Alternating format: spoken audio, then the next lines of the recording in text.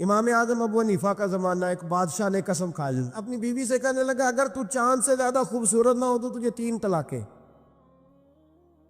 اب مسئلہ بن گیا کدھر سے نکالیں؟ اب قرآن پاک میں یہ لفظ کہیں نہیں لکھا کہ عورت چاند سے زیادہ خوبصورت ہوتی ہے، کسی حدیث میں نہیں لکھا واضح طور پر کہ بی بی چاند سے زیادہ خوبصورت ہوتی۔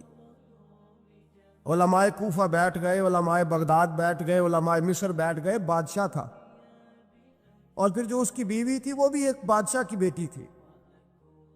اگر یہ طلاق ہو گئی تو 2 ملکوں کی جنگ چھڑ جائے گی، حالات خراب ہو جائے۔ علماء پریشان ہیں کہ جائیں تو کدھر جائیں؟ لوگ پریشان ہوتے ہوتے امام اعظم کے پاس چلے گئے، کہنے لگے سارے مولوی کہتے ہیں طلاق ہو گئی، آپ بتائیں۔ امام صاحب کہنے لگے کوئی نہیں طلاق ہوئی۔ کہا کیوں؟ فرمانے لگے اللہ کا قرآن کہتا ہے لَقَدْ خَلَقْنَا الْإِنسَانَ فِي أَحْسَنِ تَقْوِيمٍ، اللہ فرماتا ہے میں نے سب سے حسین انسان کو پیدا فرمایا ہے۔ تو جب سب سے حسین انسان ہے تو چاند سے بھی زیادہ انسان ہی حسین ہے۔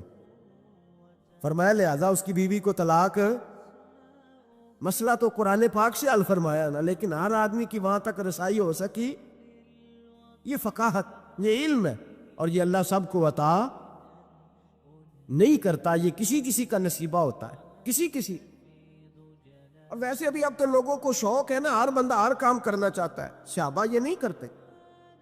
حضرت عمر فاروق سے پیارا قرآن کوئی نہیں پڑھ سکتا، وہ 5 نمازوں کی امامت کرتے تھے، تراویحوں کی باری آتی تھی تو حضرت ابی بن کعب کو آگے کھڑا کرتے، فرماتے تھے تو پڑھا۔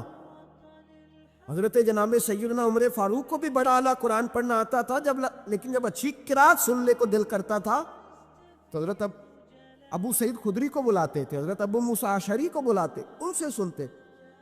بھائی ہر آدمی دوڑ کے آگے بڑھ گیا ہے اور لوگوں کو بزرگوں کے خلاف اکساتا ہے، کہتا کوئی تقلید نہیں، ہمیں خود سمجھ میں آتی، خدا کے بندے۔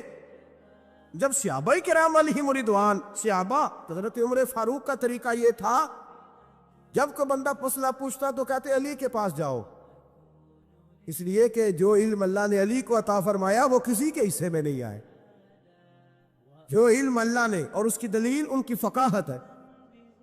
ایک بی بی تھی، دائی تھی، وہ اس کے گھر میں بچے جنم لیتے تھے، بچے پیدا ہوتے، یہ دیکھیں علم جو ہوتا ہے نا وہ علم ہوتا ہے، فقاہت ہوتی ہے، اور یہ اللہ کی عطا ہے، یہ رب کی عطا ہے، جس کو چاہتا ہے عطا کر دیتا ہے۔ نہ اس میں حسد ہو سکتا ہے، نہ اس میں کوئی شخص کہہ سکتا ہے مجھے کیوں نہیں ملی۔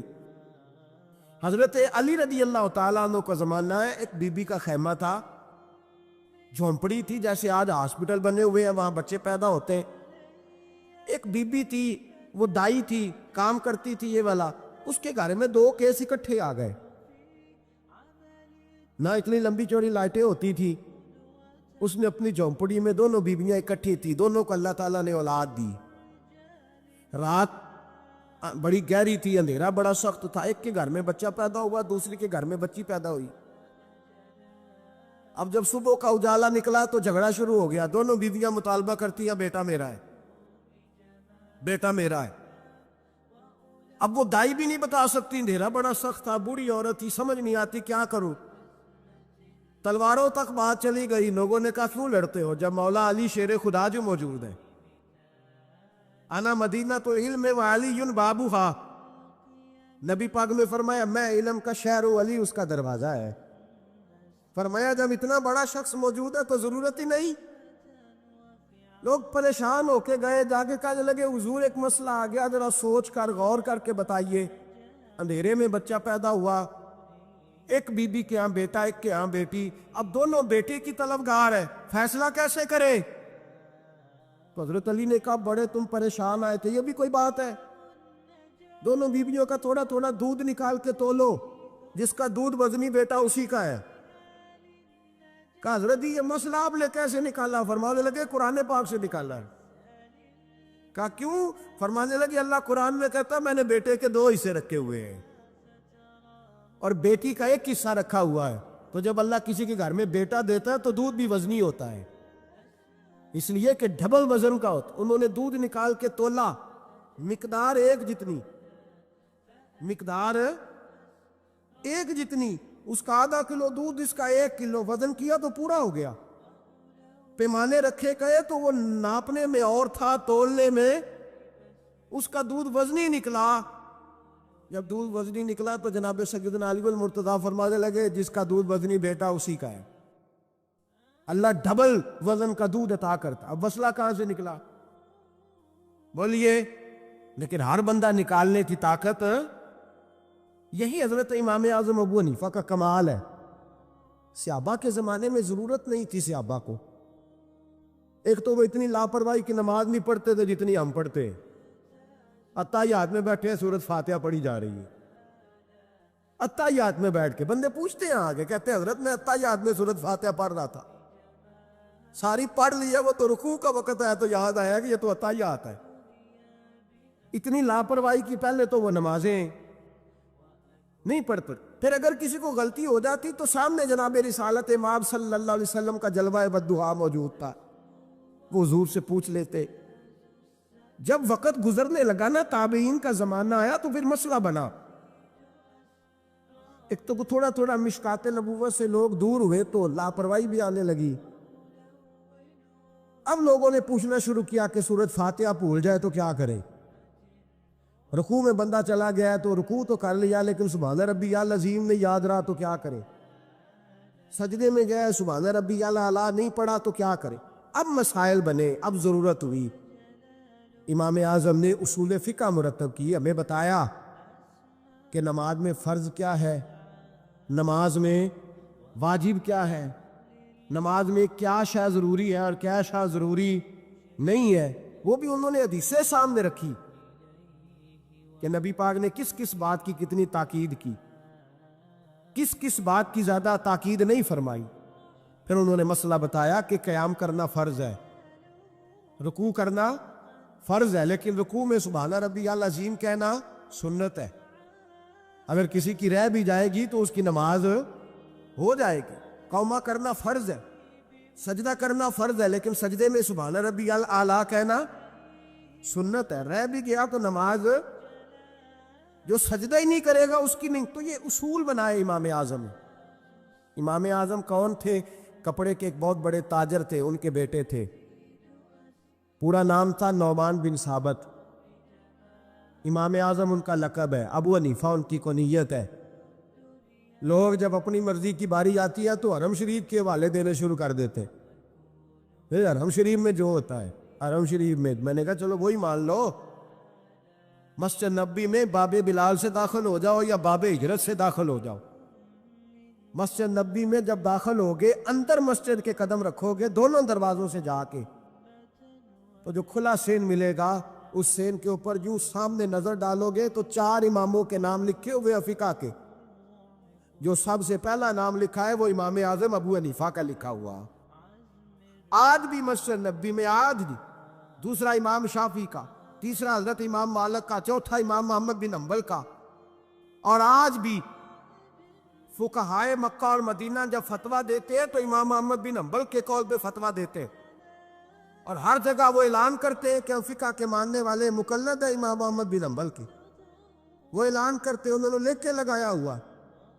ایک پوری دنیا کی لوگ تو کسی نہ کسی امام کی تقلید کرے، اور ایک چھوٹی سی جماعت اٹھ کے کہے نہیں ہمیں ڈائریکٹ سمجھ آئی ہے، تو کیسے بھائی تمہیں سمجھ آ گئی؟ امام اعظم ابو حنیفہ کا نام نعمان بن ثابت تھا، کوفے میں پیدا ہوئے تھے، صحابہ کے شاگرد تھے، 80 ہجری میں پیدا ہوئے، 150 ہجری میں آپ کا وصال ہوا۔ باپ تاجر تھے، اب فرماتے ہیں میں سیانا ہوا تو تجارت میں لگ گیا، ریشمی کپڑے کا کاروبار تھا، بہت بڑا گھرانہ مالدار تھا ہمارا، میں گلی سے گزرتا تھا، رستے میں امام شافعی کا مدرسہ تھا، میں بچوں کو پڑھتے دیکھتا تو مجھے شوق ہوتا، اکثر میں وہاں 2-4 منٹ 10 منٹ قیام کرتا۔ ایک دن امام شافعی نے بلایا اور بلا کے فرمایا بیٹے کیا کرتے ہو؟ میں نے کہا کپڑے کا کام کرتا ہوں۔ تو کہنے لگے تیرے چہرے میں بڑی چمک ہے، تیرے چہرے میں بڑی روشنی ہے، مجھے لگتا ہے میرا رب تجھ سے کوئی بڑا ہی کام لینے والا ہے، تو آ نہیں جاتا، پڑھ نہیں لیتا۔ اقبال کہتے ہیں اگر کوئی شعیب آئے میسر، شبانی سے کلیمی 2 قدم ہے، اللہ کرے کسی کو کوئی مل جائے, کسی کو کوئی بیٹھا ہوا مجھے دور دعا دیتا ہے, میں ڈوبتا ہوں پر سمندر اچھال دیتا ہے, اللہ کرے کوئی مل جائے. فرماتے ہیں امام شابی نے میری بات ہوئی تو میں حضرت حماد کے مدرسے میں داخل ہو گیا. امام حماد بہت بڑے مفتی تھے, سند بھی سن لے. امام اعظم شاگرد ہیں امام حماد کے, اور امام حماد شاگرد ہے حضرت ابراہیم نخعی کے. حضرت ابراہیم نخعی شاگرد ہے حضرت علقمہ کے, اور حضرت علقمہ شاگرد ہے حضرت عبداللہ ابن مسعود کے. اور حضرت عبداللہ بن مسعود وہ صحابی ہے جن کی ڈیوٹی تھی نبی پاک کا ڈنڈا مبارک کا سا اٹھانے کی اور حضور کے جوتے اٹھانے کی. ڈائریکٹ نبی پاک سے علم دین حاصل کیا کرتے. یہ سند ہے امام اعظم ابو حنیفہ کی. حضرت امام اعظم کہتے ہیں میں امام حماد کے مدرسے میں پڑھنے لگا. کئی سال رہ کہ میں نے ان کے مدرسے میں علم حاصل کیا. جب میں فارغ ہوا تو میں نے کہا استاد جی میں کہاں مدرسہ بناؤں, میں کس مسجد میں بیٹھوں, میں کہاں جاؤں. کہتے ہیں میرے استاد اپنی کرسی سے اٹھے اور میرا بازو پکڑ کے اپنی جگہ پہ بٹھایا, کہنے لگے میں نے تجھے پڑھایا ہے لیکن رب نے تجھے بڑا ہی عطا کیا ہے, اب تو کہیں اور نہیں جائے گا, میری مسند پر بیٹھ کر لوگوں کو پڑھایا کرے گا. امام اعظم ابو حنیفہ نے فقہ اور اصول کا علم وہاں سے حاصل کیا. فرماتے ہیں پھر میرے استاد نے میری ڈیوٹی لگائی, فرمانے لگے اب تو کسی ایسی جگہ جا جہاں سے تجھے تقوی کی روشنی ملے, کوئی مرشد تلاش کر. سہ نفل نمازاں پڑھیاں ظالم نفس نہ مردہ ہوں, اے بان فقیروں کسے نہیں مارے آئے ہوئی چور اندر دا ہوں. حضرت امام اعظم سن 80 ہجری میں کہتے ہیں 80 ہجری میں, آج سے 1400 سال پہلے 1350 سال پہلے امام اعظم کہہ رہے ہیں مجھے ضرورت تھی کہ میں جا کے کسی کے ہاتھ میں ہاتھ دوں تاکہ میں اس سے اصلاح لوں جو میرے قلب و نظر کو صحیح کرے. ہم تو سارے سیانے, ہمیں تو کسی کی ضرورت ہی نہیں. فرماتے ہیں میں اپنے استاد کے کہنے پر امام جعفر صادق کے پاس گیا. 2 سال امام جعفر صادق نے مجھے پریکٹیکل کرایا. جو علم میں نے امام حماد سے سیکھا تھا پر عمل کرنے کا طریقہ مجھے امام جعفر صادق نے سکھایا ہے. 2 سال, اور امام اعظم فرمایا کرتے تھے اگر وہ 2 سال نہ ہوتے تو میں ہلاک ہو جاتا. وہ 2 سال نہ ہوتے تو میں, فرماتے ان سے میں نے پڑھنا پڑھانا سیکھا. اور امام جعفر صادق رات کو مجھے ساتھ کھڑا کرتے اور ساری رات نفل پڑھاتے. وہ میری تربیت کرتے. وہ علم تو میرے اندر تھا لیکن عاجزی, تقوی, پرہیزگاری, عبادت, قرآن سے پیار, یہ مجھے امام جعفر صادق نے سکھایا. امام اعظم ابو حنیفہ بہت بڑے فقیہ بنے, پھر مدرسہ بنایا, پھر خانقاہ بنائی, پھر امام صاحب رحمۃ اللہ علیہ نے ساری زندگی رسول اللہ صلی اللہ علیہ وسلم کے دین کا پیغام دیا. ایسا بھی وقت آتا ایک آیت شروع کرتے تو ساری رات وہ آیت ہی پڑھتے رہتے.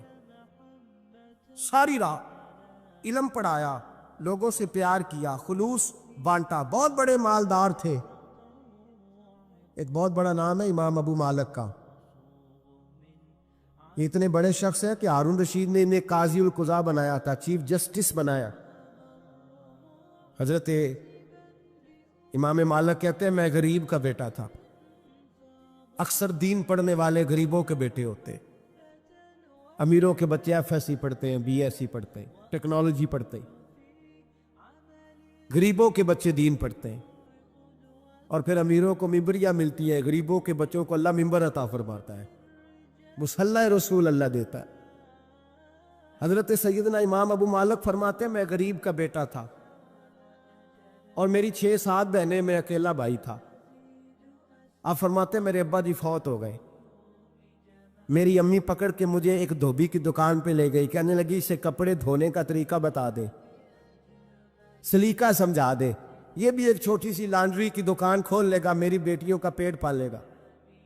دھوبی کہنے لگا ٹھیک ہے, میں 2-3 درہم بھی دوں گا مہینے کے, اور جب کام سیکھ جائے گا تو تنخواہ بڑھ جائے.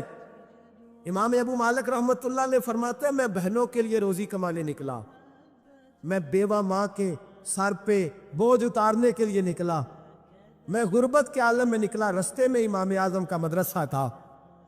فرماتے میں وہاں چمکتے چہرے دیکھتا، لیکن اپنی غربت کو دیکھ کے میں آگے بڑھ جاتا، پریشان ہوتا کہ میں کیسے علم حاصل کروں گا۔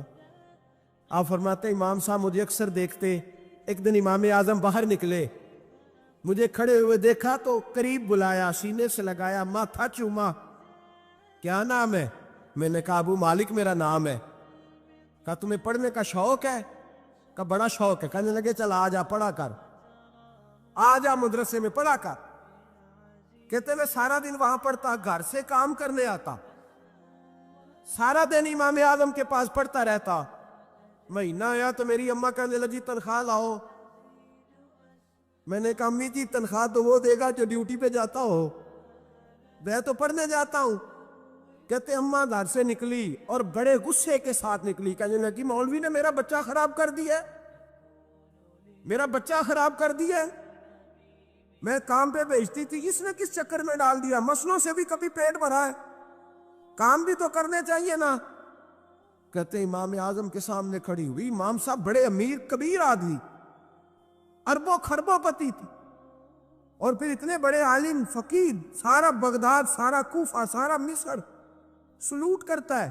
بی بی آئی اور تیل جملے، عورتوں کا طریقہ ہوتا ہے، کہنے لگی مولوی تیری سفید داڑھی، تیرا اتنا نام، تجھے خیال ہی نہیں آیا، میں بیوہ عورت ہوں، تو نے میرا بچہ خراب کر ڈالا، میری یتیم بچیاں روٹی کہاں سے کھائیں گی، مسلوں سے بھی کبھی پیٹ بھرا ہے۔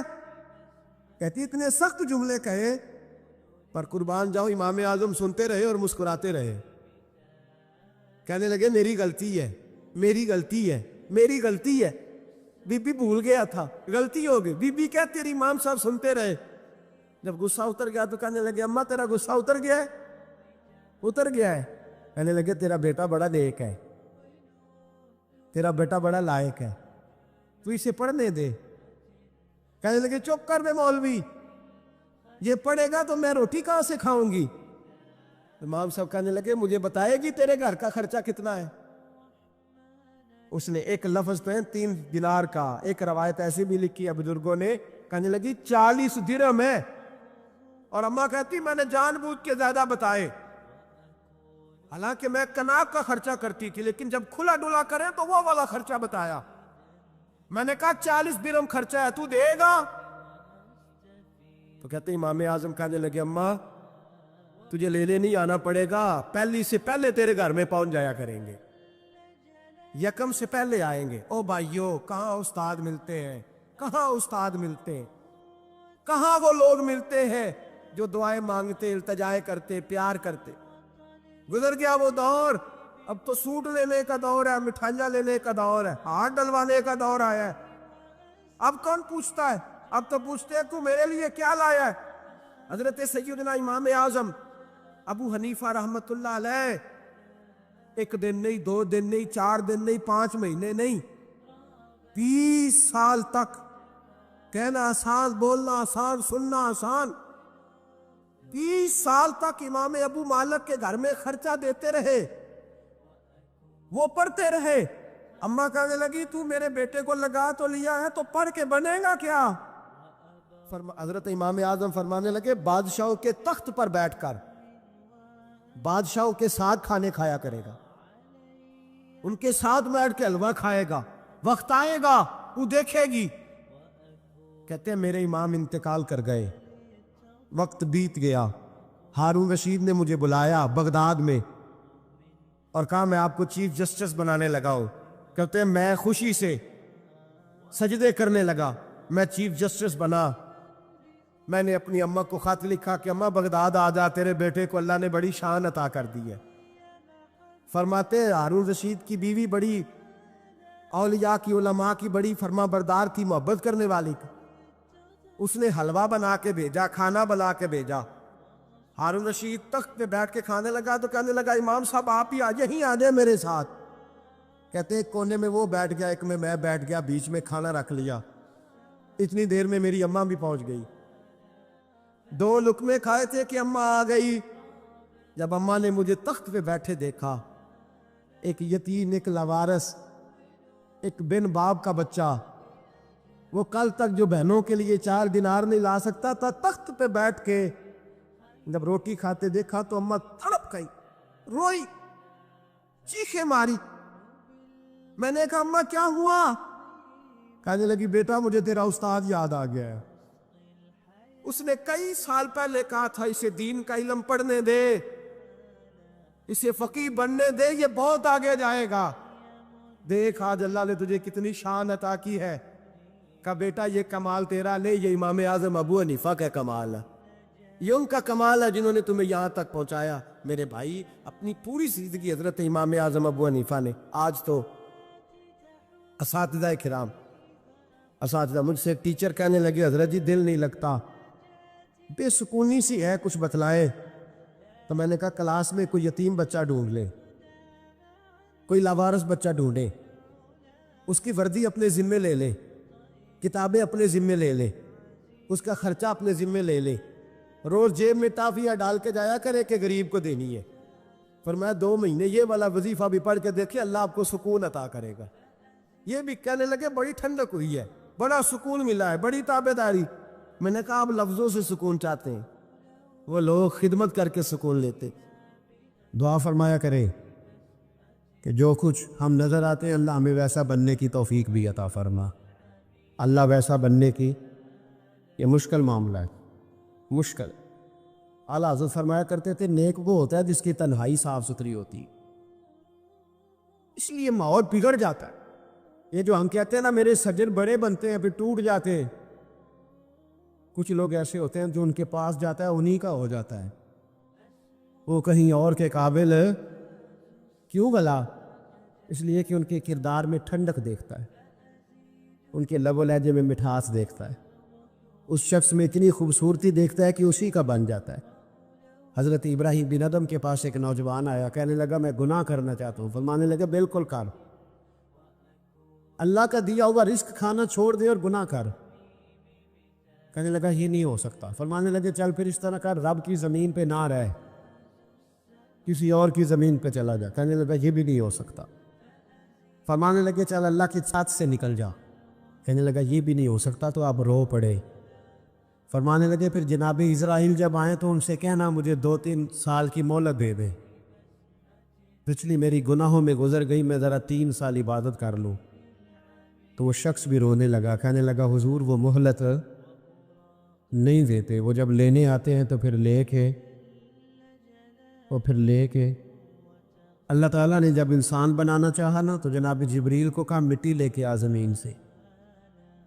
حضرت جبریل نے مٹی پہ ہاتھ ڈالا تو باقی کی مٹی رونے لگ گئی، اسے جدا نہ کر۔ تو جناب جبریل چھوڑ کے چلے گئے۔ حضرت میکائیل کو بھیجا، مٹی لا، مٹی پہ ہاتھ ڈالا تو باقی کی مٹی رونے لگ گئی، چھوڑ کے چلے گئے۔ جناب اسرائیل کو بھیجا، مٹی پہ ہاتھ ڈالا تو باقی کی رونے لگ گئی، چھوڑ کے نہ جاؤ۔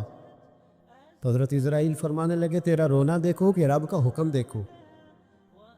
وہ لے گئے، جب پیش کی تو رب کریم نے فرمایا اسرائیل جان نکالنے کی ڈیوٹی بھی تیری، تو مٹی کو لے آنا، باقی مٹی روتی بھی رہے تو روتی رہے، جب میرا فیصلہ آ جائے تو پھر اس میں کوئی گنجائش، ہم کھاتے بھی اللہ کا ہیں، نافرمانی بھی اس کی کرتے، زمین پہ بھی اس کی چلتے ہیں، نافرمانی بھی اس کی کرتے، حکم کسی اور کا مانتے، چھت پہ رب کریم کی رہتے۔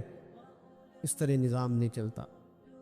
ایک میری طرح کا دیندار تھا، جو چہرے کا تو نیک تھا، اندر پتہ نہیں کیا کچھ تھا۔ ایک طوائف گزر رہی تھی، اس نے اس کو تبلیغ کر دی، کہنے لگا بس کر دے، سیانی بن جا۔ تو کسی دانشور میں لکھا ہے اس نے بڑا سخت جواب دیا اس عورت نے، کہنے لگی بابا میں تو جو ہوں وہ نظر بھی آ رہی ہوں، تو بتا جو تو نظر آتا ہے وہ تو ہے کہ نہیں؟ اس بندے نے چیخ ماری اور بے ہوش ہو کے گر پڑا۔ تو لوگوں نے کہا بابا آج کسی صوفی کا کلام سنا ہے؟ جو بے ہوش ہو گیا تو اس نے کہا نہیں، آج طوائف کی بات سنی، طوائف کی۔ اور وہ عجیب بات کر گئی ہے، وہ کہہ گئی ہے میں تو جو ہوں میں نظر آ رہی ہوں، تو بھی تو بتانا، تو بتانا کہ تو دستار امامت پہنتا ہے، تو بتا تو جو کہلاتا ہے تو وہ ہے کہ نہیں؟ یہ وقال الانسان ما لہا، یہ راز قیامت میں کھلے گا۔ ہم جو کچھ بتا رہے ہیں نا اپنی زبانوں سے، ہمیں اپنے گناہوں کا احساس ہونا چاہیے۔ ایسا نہ ہو کہ جب سزا ملے تو پھر اس طرح کی ملے کہ دوبارہ کسی کو کوئی منہ دکھانے کے قابل نہ رہے۔ میرے بھائی یاد رکھیں اور سمجھیں، گناہ انسان کی زندگی کو تنگ کرتے ہیں۔ میرے نبی پاک علیہ السلام نے فرمایا جب تو جھوٹ بولتا ہے تو تیرے فرشتے کرام الکاتبین سائڈ پہ ہو کے کھڑے ہو جاتے ہیں۔ جب تو زنا کرتا ہے تو تیرے اندر سے ایمان نکل جاتا ہے۔ اور نبی پاک علیہ السلام نے فرمایا جب میری قوم میں ناانصافی عام ہو جائے گی تو قتل بھی عام ہو جائے گا۔ اور سن لو، لکھ لینا یہ حدیث دل کی تختی پر۔ نبی پاک علیہ السلام نے فرمایا جب میری قوم میں بے حیائی اور بدکاری عام ہو جائے گی تو دو سزائیں اللہ دے گا۔ ایک تو جوان موتیں آئیں گی، جوان بچے کچھ بھی نہیں دیکھا چلے گئے۔ اور دوسری سزا اللہ یہ دے گا کہ ایسی بیماریاں آئیں گی جن کا علاج نہیں ملے گا، ایسے امراض ٹوٹ پڑے۔ اگرچہ میں آپ کو ایسی تقریر بھی سنا سکتا تھا جس پہ آپ بہت زیادہ محظوظ ہوتے، پر میں نے اس جمعے میں ایسا موضوع چنا ہے جس کا ہمیں خاص ضرورت ہے۔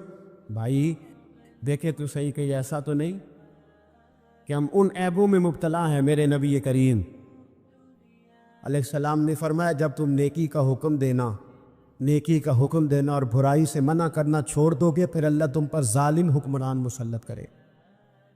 اور اگلے لفظ اس سے بھی زیادہ سخت ہیں۔ محبوب فرمانے لگے پھر تمہاری نیک لوگ دعائیں بھی کریں گے تو اللہ وقتی طور پر ان کی دعاؤں کو بھی قبول نہیں فرمائے گا، اس لیے کہ تم لوگوں نے نیکی کا حکم دینا اور بھلائی سے روکنا چھوڑ دیا۔ عزیزو یاد رکھو، جب گناہ عام ہوتے تو پھر حالات بدلتے اور لوگوں کو سزا ملتی ہے ان کے گناہوں کی، بلکہ یہاں تک لکھا ہے کہ نیت خراب ہو تو سزا شروع ہو جاتی۔ کیا خراب ہو؟ بولیے گا۔ نیت بھی خراب ہو تو سزا۔ حضرت رومی کہتے ہیں کہ ایک بادشاہ کو پتہ چل گیا کہ ایک آدمی نے بڑا اچھا باغ لگایا ہے، خوبصورت باغ ہے، مالٹے کا، کنوں کا باغ، بڑا پیارا۔ بادشاہ نے کہا ذرا جا کے دیکھتا ہوں۔ بادشاہ سلامت باغ دیکھنے آئے تو اب وہ مزدور آدمی تھا، عام آدمی تھا جس نے باغ لگایا، کسان تھا، اس کو کہا کہ چند کنوں توڑ کے لایا تو بڑے پیارے لگے۔ ایک دو اور لایا، کھائے، بڑے میٹھے، بڑے پیارے، بڑے توانا، بڑا مزہ آیا۔ تو بادشاہ کے دل میں خیال آیا کہ اس پہ قبضہ نہ کر لوں باغ پہ۔ ہمارے یہاں نا کرائے پہ دکان دیتا نا مالک، تو جب کسی غریب کی چل جاتی ہے کہتا ہے تو خالی کر، میں نے خود ڈال لی ہے۔ چل گئی نا اس کی، حالانکہ رزق اپنے اپنے نصیب کا ہے، رزق اپنے اپنے نصیب کا ہے، جس کو اللہ تعالیٰ چاہتا ہے عطا کرتا ہے۔ تو اس کو کہا کہ اور توڑ کے لا، اور دل میں خیال ہے کہ یار اتنا اچھا باغ ہے، قبضہ کر لیتے ہیں، ہماری حکومتیں قبضہ کر لیتی ہے کہ کوئی چیز اچھی لگ جائے۔ اب وہ کسان دو تین کنوں توڑ کے لایا، اس نے کھائے تو کھٹے نکلے، ترش تھے۔ کہنے لگا تجھے کیا ہو گیا ہے؟ تو بندہ بڑا صاحب دل تھا، کہنے لگا میں تو ٹھیک ہوں، آپ اپنے نیت سے پوچھیں کہیں خراب تو نہیں ہو گئی۔